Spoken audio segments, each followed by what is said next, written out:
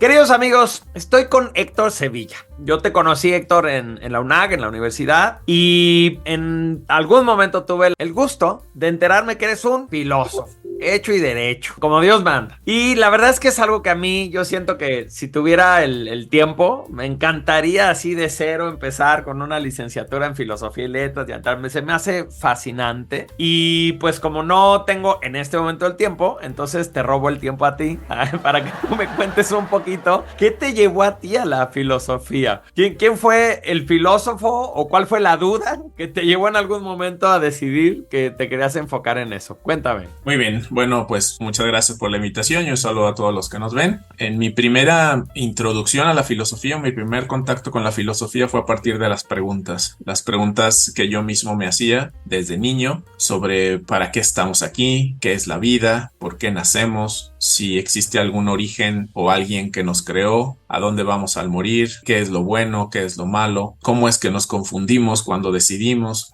Una serie de preguntas que intentaba hacer a mi padre, a mi madre. Y hubo en algún punto un momento, una encrucijada particular en donde esas respuestas que ellos me daban ya no eran satisfactorias, no completaban mi interés. Y entonces creo que eso fue forjando una manera de ser, no solamente mi introducción a la filosofía, sino una manera de ser que es la de la búsqueda personal, la de buscar en los libros, la de buscar con otras personas, la de escuchar a varios y tratar de sacar conclusiones o síntesis y elaborar también mis propias respuestas, sobre todo. Y eso me fue llevando a la filosofía. Después, más adelante, conocí que había una manera sistemática y profesional de hacer esa labor y fue cuando me decidí por estudiar filosofía, ya estando en la licenciatura en filosofía, caí en cuenta que las respuestas no son definitivas como en un primer momento y que por lo tanto hay que seguir investigando, indagando, comparando autores y que no era suficiente la licenciatura. Así que si bien no todos tienen tiempo, aún 4 años no es suficiente, así que menos tiempo parece que sería suficiente. La maestría y el doctorado en filosofía tampoco han llenado todas las respuestas, desde luego aportan bastante y me han protegido como estructura y como manera de pensar, pero hay preguntas tan valiosas que no aceptan una respuesta única o definitiva y es por eso que la filosofía sigue viva después de tantos milenios y después de tanto trabajo que han hecho muchos filósofos. Es una disciplina, un trabajo, un enfoque, una manera de vivir que seguirá existiendo hasta que no haya seres humanos en la Tierra. Si esas dudas y esas preguntas te llevaron, te sentías insatisfecho con las respuestas, el que hoy sepas que no has encontrado las respuestas finales y que posiblemente no las encontrarás, aún así te sientes satisfecho, sientes que el volverte en un mejor preguntón,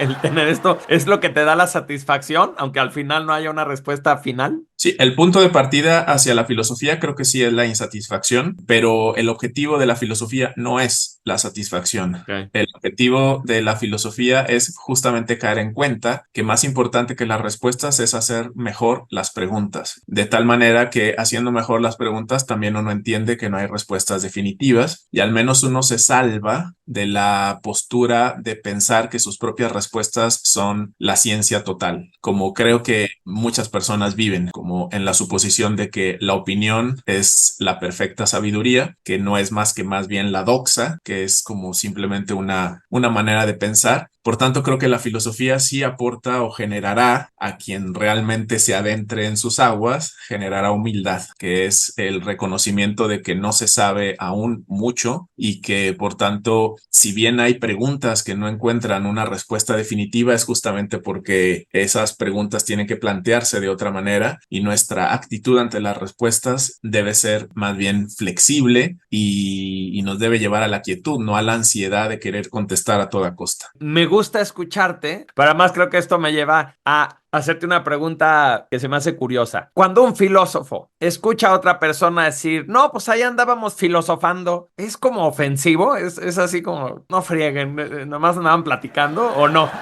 ¿O te gusta que la palabra se siga usando de esa manera coloquial? No, realmente si me molestaría, creo que no habría aprendido mucho en realidad. Quizá el problema sería en quienes lo hacen de manera, como a manera de menosprecio de quien lo está haciendo, ¿no? Esto es, no, deja de filosofar o deja de andar en las nubes o deja de tal o cual. Más bien la filosofía lo que hace es centrarnos en la realidad, lo que hace es aterrizarlos, nos permite tener una pausa, reflexionar, analizar, dialogar. Entonces, si se dice como vamos a filosofar de la manera de invitación, de exordio, me parece algo muy, muy correcto.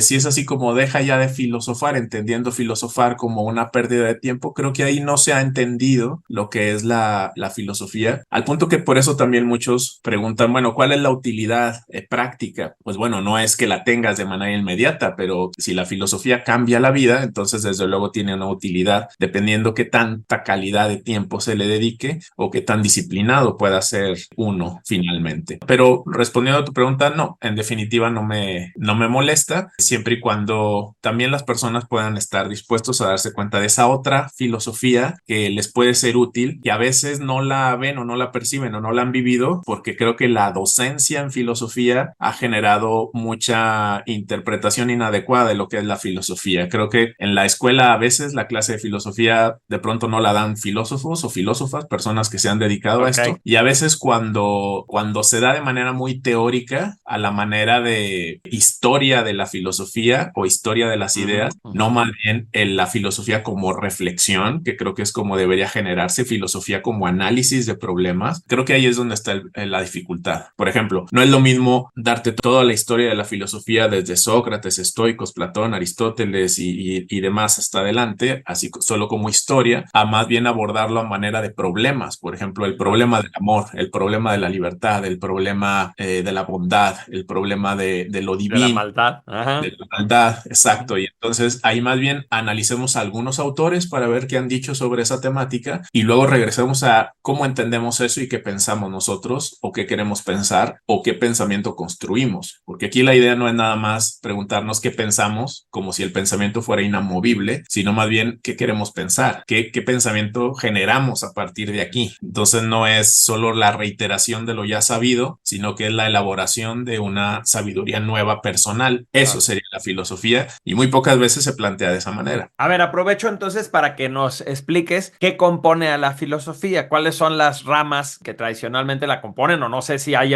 nuevas ramas en la actualidad. Bueno, la componen la estética, por ejemplo, que es el estudio de la belleza, la axiología, que se relaciona con la ética o el estudio de los valores. Está también la epistemología, que como tal es la revisión de cómo es que el conocimiento se elabora o se crea. Está también la lógica, sí, que tiene como una revisión de los silogismos por los cuales vamos generando teorías. La filosofía es bastante amplia y de hecho creo que está a la base de cualquier planteamiento científico. En ese sentido no es contrario a la ciencia, sino que es el punto de partida, puesto que un científico debe generar un planteamiento filosófico que le conduce a elaborar un proyecto de investigación que quiere contestar, quizá de manera muy tangible y práctica, pero siempre hay una pregunta filosófica involucrada. Eso te iba a preguntar, ¿es válido decir que la filosofía es la mamá de la ciencia? Que históricamente además es un resultado práctico de la filosofía. Yo creo que la ciencia es producto del ejercicio filosófico. ¿Sí? No sé si llamarle mamá porque tiene varias implicaciones. Creo que ciencia sin filosofía es conocimiento sin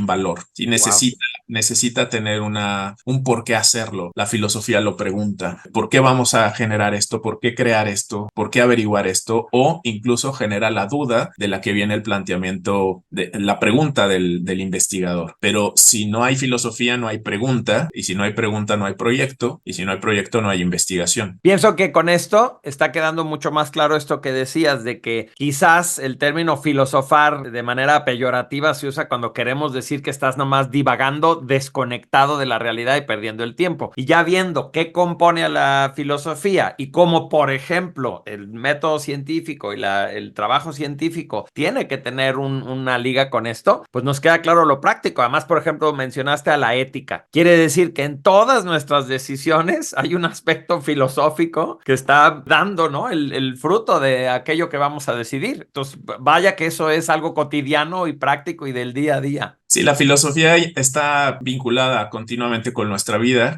Cosa diferente es que no nos damos tiempo de hacernos conscientes de ello, pero está involucrada finalmente la filosofía. Y una de las características de un pensamiento filosófico es que es ordenado, por Ok. tanto tiene cierto rigor, de tal manera que el filosofar como sinónimo de divagar o de Ujú. irse por la tangente o de solo hablar por hablar, en ese sentido, en definitiva, no es Claro. filosofía, puesto que hablar es sencillo, decir cosas desordenadas y desconectadas es relativamente sencillo, hacer afirmaciones contundentes sin tener una comprobación es igual de sencillo. Así es. Bueno, juzgar es como el deporte de este país, ¿no? Criticar a veces sin tener base, denostar, lastimar la fama del prójimo. Creo que la filosofía no tiene nada que ver con eso. Sí utiliza la lengua, desde luego, y es necesario que haya una verbalización, pero no significa que toda verbalización es filosofía. O Sí, por otra o también responde a preguntas normalmente un poco más profundas que las inmediatas. Entonces, por eso es que da la impresión de que está desconectado de la realidad, pero al contrario, está profundizando en la realidad. y de hecho, creo que más que preguntas profundas, es profundiza sobre las preguntas simples. Por ejemplo, una pregunta profunda puede ser, ¿existe Dios? Pero una pregunta más simple es, por ejemplo, ¿qué hora es? Pero la filosofía podría decir, ¿qué hora es? ¿Dónde? ¿Aquí o en otro sitio? Entonces, en este momento, en este sitio es tal hora, en otro sitio es tal hora, quiere decir que el tiempo es relativo. Si el tiempo es relativo, entonces supone implicaciones. Hay un tiempo para todos o un tiempo contextuado, y así nos podemos ir. Claro. En otras palabras, lo que hace la filosofía es ir conectando preguntas. Es un procedimiento que se le llama ontoteleológico. Wow. Es ir por la pregunta final o el sentido final de aquella cosa que estamos queriendo conocer. Entonces, no es solo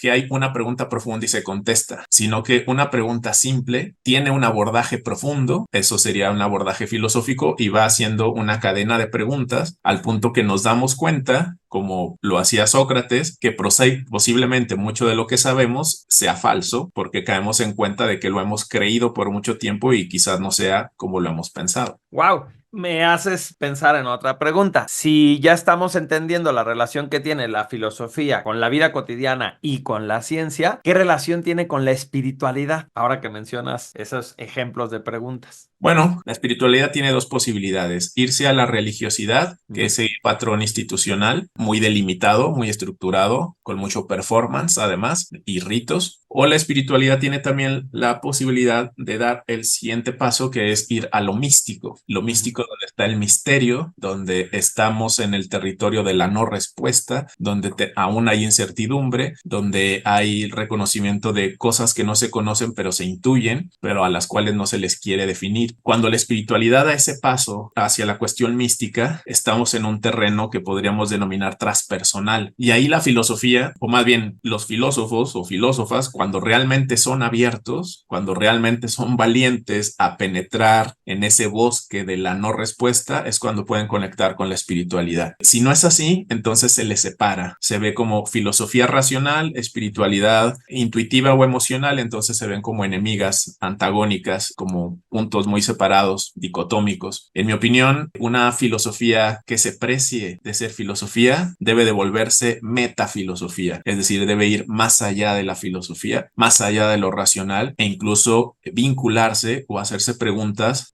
sobre lo transpersonal, sobre lo absoluto. Y creo que esa es la conexión, de tal manera que toda esta disputa entre fe y razón, por ejemplo, Ujú. si entendemos que la fe puede también ser una disposición al misterio, y entendemos que la filosofía es también apertura al territorio de la no respuesta, entonces filosofía y espiritualidad sí pueden tener lazos de convivencia. Donde no lo tienen es cuando en vez de espiritualidad hay ritualismo, dogmatismo, fanatismo, cerrazón ideológica o apatía reflexiva, cualquiera de esas. Entonces ahí sí que no hay posibilidad, porque entonces la filosofía se prostituiría. Pero cuando no es Ya. así y más bien hay disposición, creo que sí hay un lazo de conexión posible, que aún así no todo filósofo lo realiza. Wow, me encanta. ¿Cómo podemos invitar a la gente a aprovechar lo que la filosofía nos aporta? ¿Qué es lo que todo el mundo deberíamos de saber de filosofía? ¿O cuáles son unos como primeros pasos para ser un filósofo honoris causa, no en el sentido serio del honoris causa? Cuéntame un poquito, Héctor. Bueno, una cosa importante que que se requiere para involucrarse con la filosofía es darse cuenta que no necesitas un título, un grado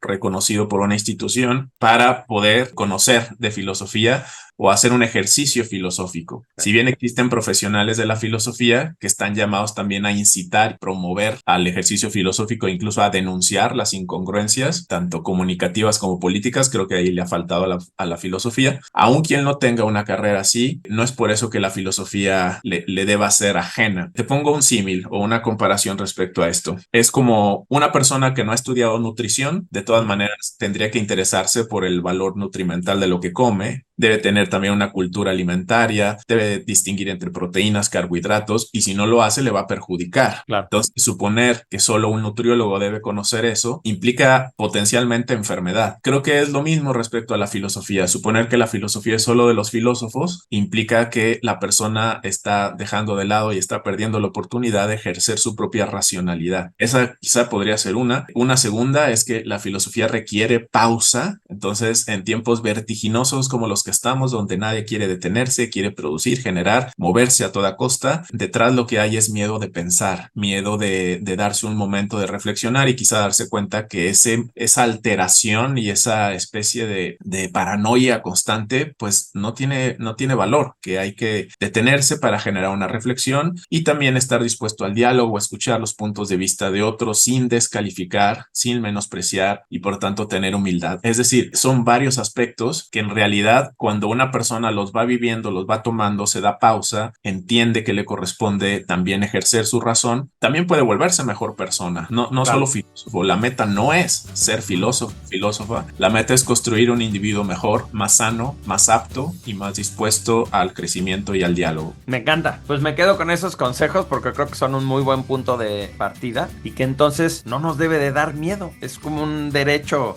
de los seres humanos, ¿no? De utilizar nuestra capacidad cognitiva para crecer. Te lo agradezco mucho, Héctor. Te mandamos un abrazo y de verdad que nos hiciste pensar. Muchas gracias. Un saludo, un abrazo.